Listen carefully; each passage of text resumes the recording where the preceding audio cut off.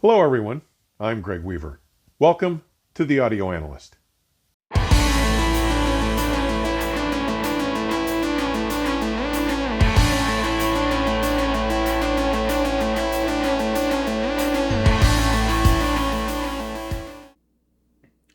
Today, I'll share my experiences with some of the most accomplished presentations I discovered over the 4 days of the final Munich-based High End Society event held at the Munich Order Center. First up, the Cessaro room in Hall 4, F001, is one of the larger exhibit spaces on the ground floor that create the side boundaries of the large outside atrium space of that hall. On hand during my several visits to the room, Mark Doman, the man behind Australia's remarkable Doman audio turntables. As such, LP transcription came at the pleasure of Mark's Doman Audio Helix 1 Mark III in a titanium finish, fitted with either a UK-manufactured SuperTrack Nighthawk 10.5 tone arm and an Audio-Technica ART20 moving coil cartridge, or a Wilson Benesch Graviton 12-inch arm, also from the UK, with a Wilson Benesch Titanium Diamond TID moving coil cartridge. Electronics were the top flight series of hybrid electronics from Italy's Alieno, and included the Alieno tube phono stage with its external power supply, and the Alieno 6H30 Mark II tube line stage, whose separate power supply uses lithium batteries, providing what they call virtual battery-powered technology. Power came from the Alieno 150-120 LTD power amplifier, a stereo amplifier using their proprietary loudspeaker tube direct technology called OTL-OCL to describe its output transformer-less and output capacitor-less design to realize a single-ended, pure Class A topology using no negative feedback. Speakers were the custom-finished German Cessaro Zeta 3, a 5-way horn system using a single ring radiator super tweeter, a 1-inch compression driver tweeter, a 2-inch compression driver mid-range, 2 Cessaro super lightweight coned 8-inch mid-bass drivers, and 8 13-inch sub-bass drivers mounted in 4 separate sealed cabinets per channel, weighing in at over 1 ton per channel and with an efficiency rating of 110 decibels. Ralph Cessaro is quick to point out that they are the only manufacturers in the world who use double shell horn construction, employing a polymer filling between the 2 layers to control and minimize the contributions and colorations from the horn structure itself. But the performance here was simply magical.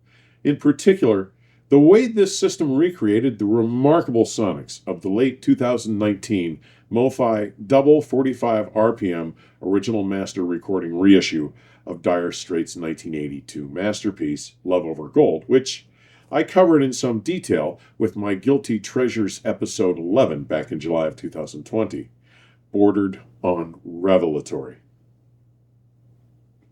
The opening track from this LP, Telegraph Road, was presented as a masterclass in dynamism, with microdynamic shading and nuance impeccably delivered, so refined and fine-spun. And the shimmer and sparkle of the piano, portrayed through its equally represented attack, simply created shivers down my spine. Another room that captured my attention was the partnership with Alsyvox Audio Design of Spain in Hall 4.2 E214. While here, I got to catch up, albeit briefly given the hectic pace of the show, with founder and designer Daniela Cohen, whose work I followed since I first heard the Botticelli loudspeaker at Hi-Fi Deluxe some 8 years ago. Here, the analog source was from Italy's Tuono Audio, including their TH400 turntable and TH12 tone arm. And while no detail on the phono cartridge was offered, the turntable rested on the Tuono Audio O2 footers and employed their vibration control devices and cable holders. Digital music was presented using the Zenith CDP from Omega Audio Concepts, also of Italy. Electronics included a pair of the Omega Audio Concepts Accordo monoblock amplifiers with external power supplies, and used an all Omega Audio Concepts Estremo series cable loom.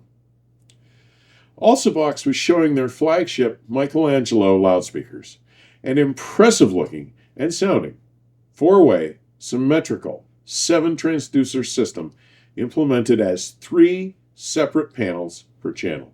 The system used the Washington-based Shunyata Research Altera grounding and Everest power distribution systems, while everything sat on Illinois-based Critical Mass Systems Maxim Ultra racks.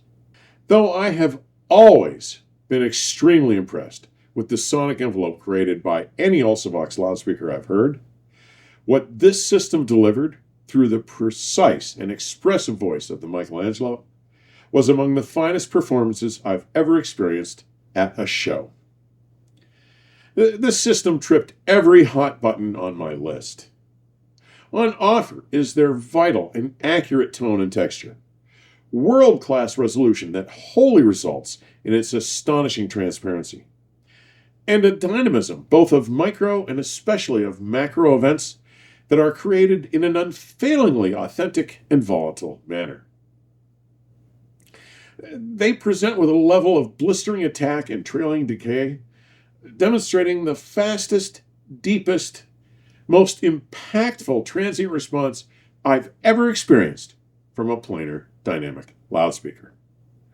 And talk about image size and specificity, soundstage placement, depth, and corporality, along with coherent 3-dimensional layering. This system was clearly on the short list for offering the best sound of this show. Next, we have the Clarisys audio system, presented in Hall 4, K3.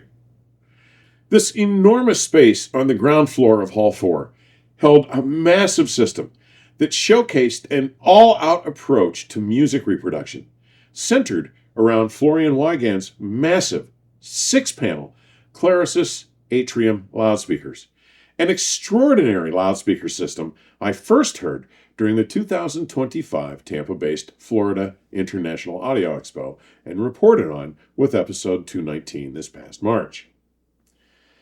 In Munich, the system was assembled in what seemed to be a more appropriately sized space than the Florida show, and was fronted by a Canadian Kronos Perpetual contra-rotating platter turntable with its supercapacitor power supply, Kronos Discovery RS tone arm, and using the Japanese MySonic Labs Platinum moving coil cartridge. Digital music was rendered using the Netherlands-based Pink Fawn's dual Ultra music server, feeding a Lampezator Horizon 360 DAC from Poland. The Japanese Accuphase DF75 crossover, a digital frequency dividing network, was used to delegate and direct the appropriately constrained signal bandwidths to each of the multiple amplifiers needed to drive the Atrium's 6 individual panels. All amplification was from Florida's Valve Amplification Company, focusing on their statement product lineup, including both the VAC statement phono stage and line stage, and a pair of the new statement 455 IQ music block amplifiers. To flesh out all of the power needed to drive this massive system, another 6 of the VAC Master 300 amplifiers were used as well, 4 of which were Florian's personal units. The Atrium planar magnetic ribbon loudspeakers, assembled in Vietnam with final calibration, voicing, and QC testing done in Switzerland, are an exceptionally large 4-way 6-panel system comprised of separate treble mid-range, mid-bass, and woofer columns for each channel. This 6-tower, nearly 9-foot tall, bipolar radiating loudspeaker system, which necessarily must stand over 17 feet wide, weighs in at over 1,650 pounds per side, and its precision ribbon drivers are just 0.6 of a millimeter thick.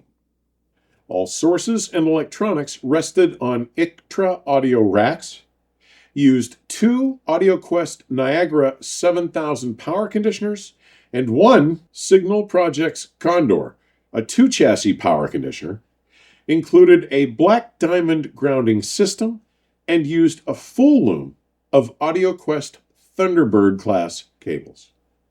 Oh, and if you guessed that this system was expensive, you'd be right.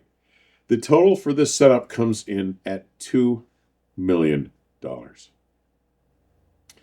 I made it into this room several times, beginning just about lunchtime on Thursday, the opening day of the show.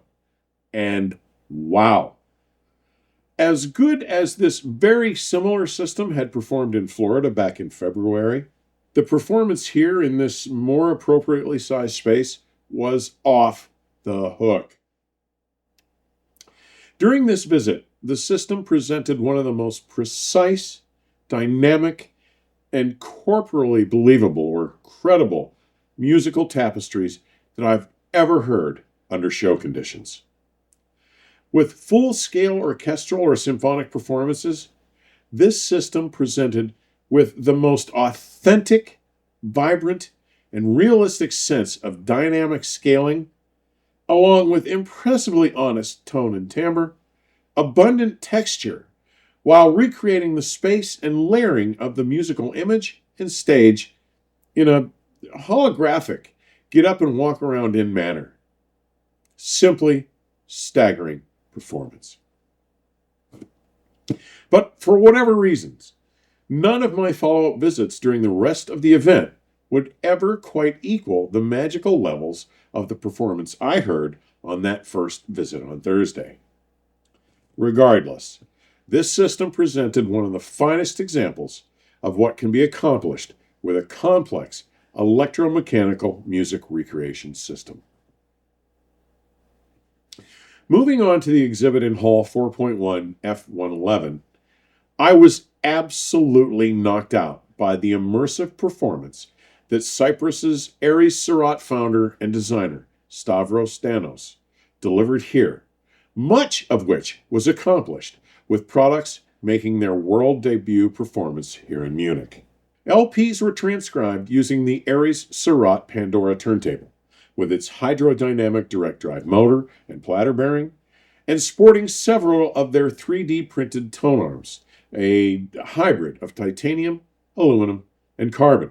The primary cartridge used was the Lithuanian Dava Sol field coil cartridge, handmade by Darius Volunas. The phono stage was the world premiere of the Aries Cerat Hermes, an all-tube design offering either 66 or 80 dB of native gain, or up to a total of 96 dB of gain, when also leveraging another 30 decibels afforded by using its internal step-up transformer. Digital music was rendered using a laptop, feeding the Aries Cerat Ithaca Minor DAC with its single, parallel 12 R-to-R converter bank in single-ended mode per channel. The Ithaca Minor also features the Aries Cerat Gen 1 Triode FET technology, a hybrid tube solid-state design approach to combine the linearity typical of triodes with the low-voltage, high-current capabilities of a field effect transistor, and the output is a single-stage, single-ended circuit. Next came another world premiere, the Aries Cerat Ether, a new 3-chassis line stage featuring their proprietary negative output impedance energy source inverted triode technology.